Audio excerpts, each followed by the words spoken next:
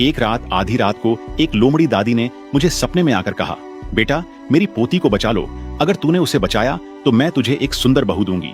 पहले मैंने सोचा यह सब बकवास है, लेकिन अगले दिन जब मैं पहाड़ पर गया तो देखा कि एक विशाल अजगर एक घायल छोटी लोमड़ी को कसकर जकड़े हुए हैं। मैंने देखा कि वो छोटी लोमड़ी बड़ी हिम्मत से लड़ रही है। मैंने बिना सोचे अपने हाथ की कुल्हाड़ी उठाई और उस अजगर के सिर पर दे मारी। पल भर में खून के फव्वारे छूटे और वो अजगर तड़प तड़प कर मर गया। छोटी लोमड़ी बच तो गई, लेकिन उस वक्त उसकी सांसें बड़ी मुश्किल से चल रही थीं। मैं उसे घर ले आया और उसके घावों पर देशी शराब लगाकर साफ किया। थोड़े ही दिनों में वो दौड़ने कूदने लगी, लेकिन अजीब बात ये थी कि उसके बाद वो मेरे घर में ऐसे रहने लगी जैसे घर का पालतू कुत्ता हो, जाने का नाम ही नहीं लेती थी। मैंने उससे कहा, लोमड़ी मैं खुद एक अनाथ हूँ, अपना पेट पालना भी मुश्किल है, तू जा अपने जंगल में। कई बार मैंने उसे दरवाजे से बाहर धकेला, वो जंगल की तरफ चली भी जाती, लेकिन रात होते होते वापस आ जाती, कभी मुंह में जंगली फल लेकर, कभी जंगली मुर्गी या खरगोश। मैंने उससे कहा, अच्छा समझ गया तेरी बात, तू कह रही है कि मुझे खाना खिलाएगी, बस मुझे मत भगा, है ना। जब मुझे लगा कि इसके साथ रहने पर भूखा नहीं रहूंगा तो मैंने उसे रख लिया। उसके बाद वो लोमड़ी मेरी छाया बन गई। जंगल में लकड़ी काटने जाऊं वो साथ, गाय भैंस चराने जाऊं वो साथ। ऐसे ही दिन गुजरते रहे। जब मैं 18 साल का हुआ तो एक दिन अचानक वो लोमड़ी चली गई। शाम हो गई, रात हो गई, वो नहीं आई। तभी एक बुढ़िया मेरे दरवाजे पर आई। बेटा मेरी पोती को देखा है तूने। दादी आपकी पोती कौन है? हाल में गांव में कोई बाहरी नहीं आया। मैं कुछ साल पहले बाहर गई थी, पोती को घर पर छोड़ गई थी। कुछ दिन पहले लौटी तो पोती नहीं मिली, किसी ने बताया कि वो तेरे घर में है। दादी आप गलत जगह आई हैं, मेरे घर में बस मैं अकेला रहता हूँ। बुढ़िया ने हूं करके सिर हिलाया और रसोई की तरफ देखने लगी। मैंने पलटकर देखा तो वो लोमड़ी रसोई में बैठी दुम हिला रही थी और चेहरे पर जैसे हंसी थी। इतने सालों में पहली बार वो किसी अजनबी के सामने दिखी थी।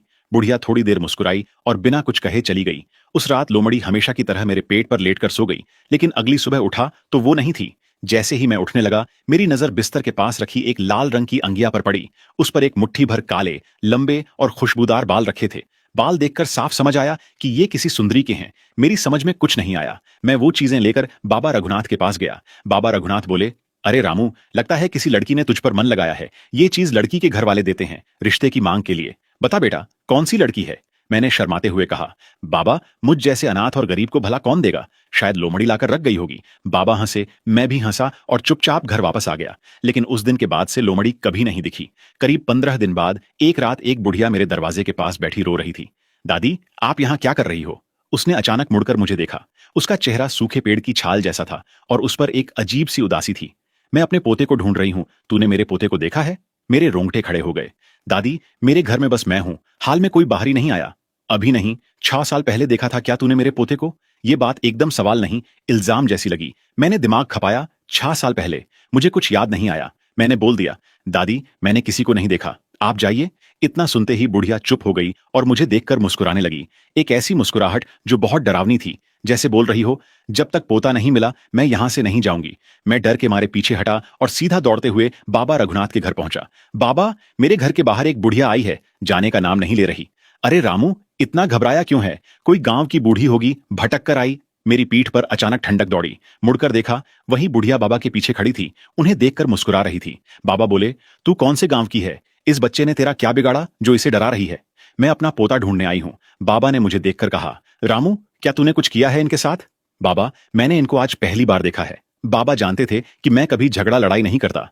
मैं नहीं जानती तू क्या है, लेकिन मेरे पोते को इसने मारा है। मैं इसे उम्र भर चैन से नहीं जीने दूंगी। बुढ़िया धीरे धीरे पास आने लगी। उस वक्त मैंने देखा कि उसके कंधे पर एक लाल रंग का जहरीला सांप लिपटा था, जो मुझे देखकर अपने लंबे जहरीले दांत निकाल रहा था। बाबा बोले, रामू मेरी आंखें कमजोर हैं, तू देख उस बुढ़िया का साया जमीन पर है या नहीं।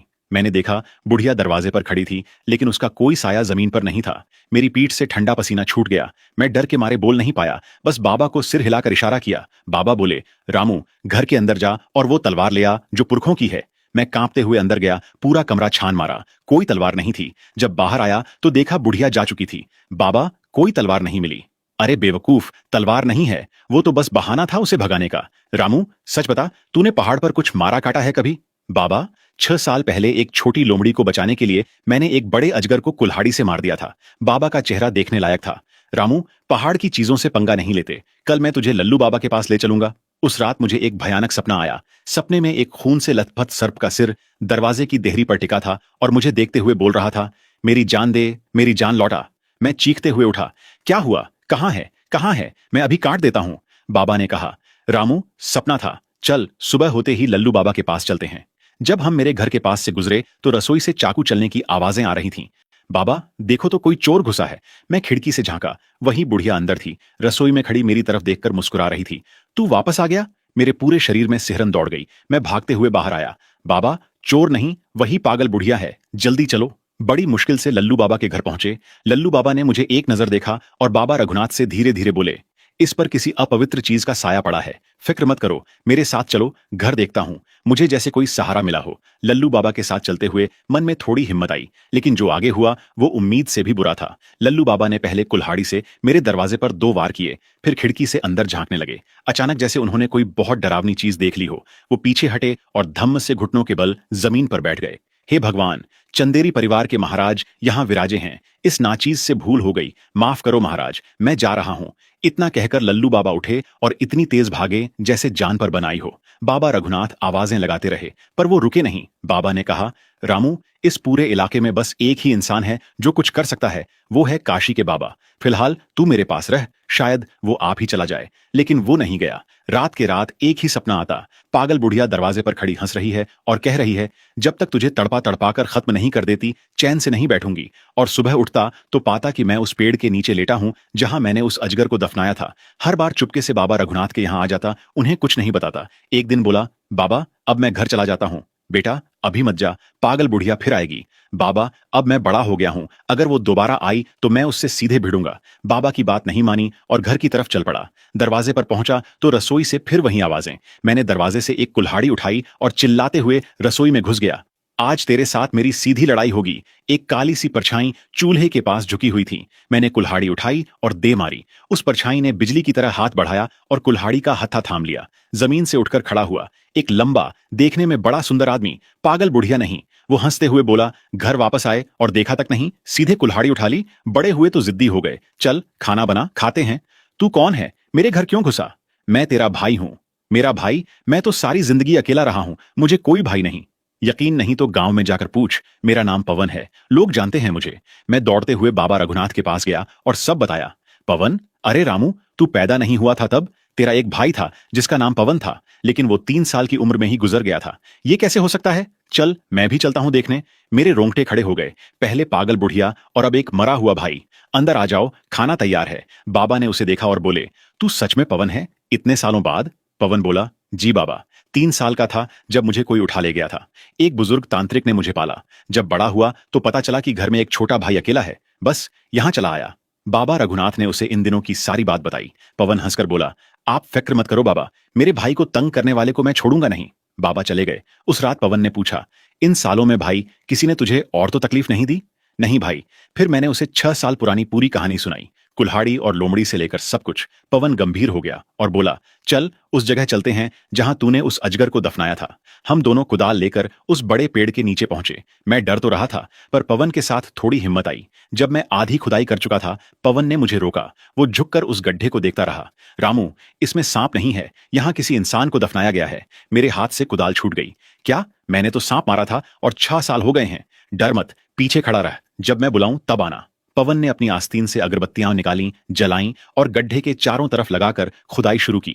थोड़ी देर बाद उसने आवाज दी। मैं आगे बढ़ा, गड्ढे में झांका। जो देखा उससे मेरी जान निकलते निकलते बची। वहां एक इंसान लेटा था और वो कोई अजनबी नहीं, वो खुद लल्लू बाबा थे। मैं अभी कुछ समझने की कोशिश ही कर रहा था कि उस लाश ने हिलना शुरू किया। 2 खून से लथपथ मुर्दे जैसी आंखें अचानक खुलीं, पुतलियां फैली हुईं और वो मेरी तरफ देखकर मुस्कुराया। यही मिला तुझे मेरी मदद करने का इनाम। मैं तुझे कभी चैन से नहीं जीने दूंगा। मुझे सांस नहीं आई, मैं बेहोश होकर गिर पड़ा। जब होश आया तो दोपहर हो चुकी थी। मैं घर में बिस्तर पर था और पवन पास में बैठा था। हाथ में वो लाल अंगिया और काले बाल थे। भाई, ये सपना था? नहीं, वो असली था। लल्लू बाबा को कालिया परिवार की उस नागिन दादी ने मरवाया। अगर मेरा अंदाजा सही है तो आज रात नागिन दादी फिर आएगी। तो अब क्या करें? मेरी ताकत सीमित है। उनसे सीधा पंगा लूं तो शायद मैं जीत न पाऊं, लेकिन एक रास्ता है। वो क्या? तुझे चंदेरी परिवार में शादी करनी होगी। मैं एकदम चौंक गया। भाई, मर्द भला कैसे शादी करेगा? और ये चंदेरी कालिया परिवार कौन से हैं? हमारे गांव में तो ऐसे कोई नहीं। रामू, कुछ बातें तुझे नहीं पता। जो अजगर तूने मारा था और जो नागिन दादी तुझे तंग कर रही है, ये सब कालिया परिवार के हैं। सीधे कहूं तो ये सब सर्पजन हैं। मैं जम गया। और जो चंदेरी परिवार है वो असल में लोमड़ी वंश के हैं।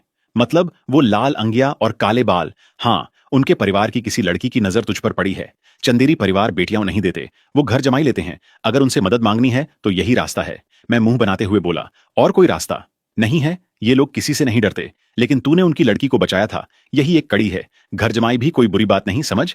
पवन मुस्कुराया। ठीक है भाई, जो करना है करो, बस नागिन दादी से पीछा छूटे। शाबाश। तो सुन, ये लाल लंबा कुर्ता पहन, आज रात घर के दरवाजे पर एक घुटना टेक कर बैठना। जो भी दिखे, जो भी सुने, उस जगह से हिलना नहीं, सारी रात वहीं रहना, समझा? रात गहरी होती गई। मैं घर के दरवाजे पर घुटने टेके बैठा था। सामने रास्ता दिख रहा था। पवन एक तलवार लेकर पास में चुपचाप बैठ गया, आंखें बंद।